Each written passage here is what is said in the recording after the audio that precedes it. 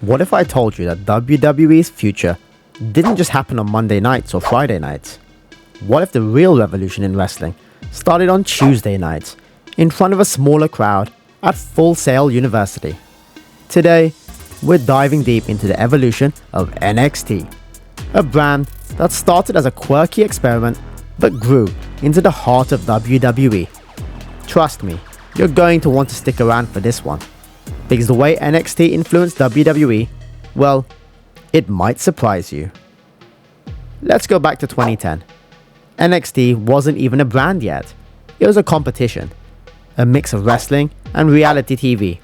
Stars like Wade Barrett, Daniel Bryan, and AJ Lee competed in bizarre challenges that had to do little with actual wrestling. But did we ever imagine, back then, what it would become? By 2012, NXT was repackaged. And here's where it gets good. It wasn't just a competition anymore. It was Triple H's brainchild. Under his watchful eye, NXT became WWE's official developmental brand. It wasn't flashy. It wasn't meant to be. It was about one thing: professional wrestling. Now, here's a question for you. What happens when you take a developmental brand and let it breathe? When you focus on pure wrestling and give the next generation of superstars room to grow away from the glitz and the glamour of the main roster? And here's what happened. Triple H took NXT and built something entirely new.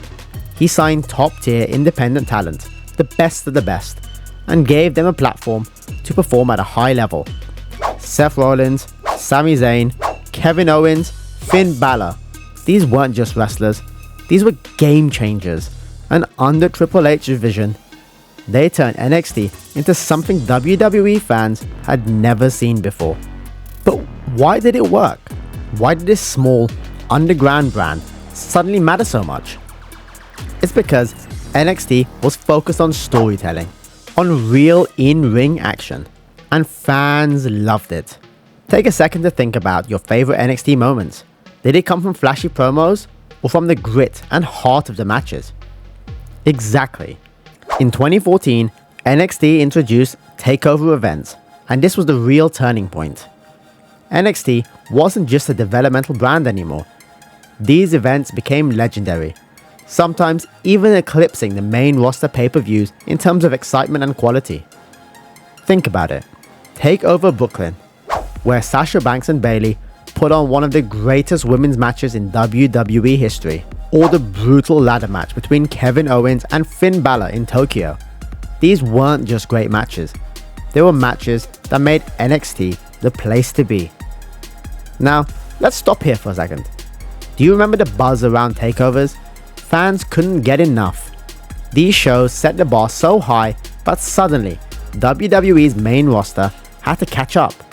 And you know what? It did. NXT's influence wasn't just contained within its own walls. It forced WWE to innovate, to evolve. Let's talk about the superstars for a second.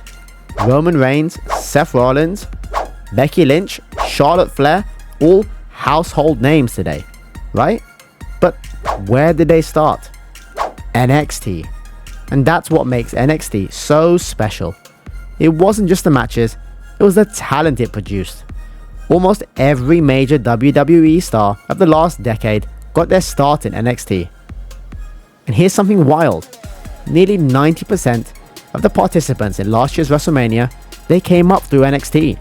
Think about that for a second.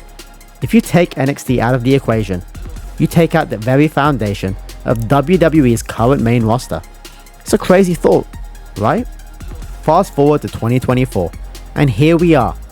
NXT is no longer a hidden gem. It's now on the CW network, in front of a nationwide audience. Just a few days ago, NXT introduced new championship belts, ushering in a new era for the brand.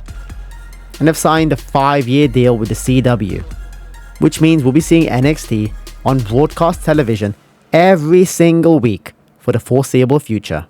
Let's ask another question. What does that mean for WWE's future? NXT is growing, and with its home on a major network, it's reaching more people than ever before. Could we be witnessing NXT becoming just as big as Raw or SmackDown? It's possible. After all, the fan base has exploded, with viewership jumping by 30% this year alone. And let's not forget, NXT has always been innovative, from the reintroduction of War Games in 2017 to the Iron Woman matches. NXT wasn't afraid to take risks. They brought back concepts that we hadn't seen in years and put their own spin on them. Remember the tag team scene? The Revival, DIY, American Alpha? NXT made tag team wrestling relevant again. And that's something we still feel in WWE today. As we stand here in 2024, it's clear that NXT's impact on WWE is undeniable. The stars, the matches, the moments. It all started with this small brand in Florida. And now, it's shaping the future of professional wrestling. And here's the real question. Where does NXT go from here? What's next? Will NXT continue to be a developmental brand, or will it evolve into a true third brand on par with Raw and SmackDown? Only time will tell. But one thing's for sure, NXT is no longer just a future, it's the now. Alright, that's a wrap on today's deep dive into the evolution of NXT. But let me ask you this, what's next?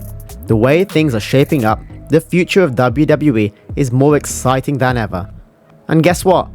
We're just getting started. If you're ready to keep exploring, hit that subscribe button right now. Now, here's something for you to chew on. Who do you think is the most underrated NXT superstar of all time? Drop your answers in the comments below. I'll be checking them out, and you might just see your favorite pick featured in an upcoming video.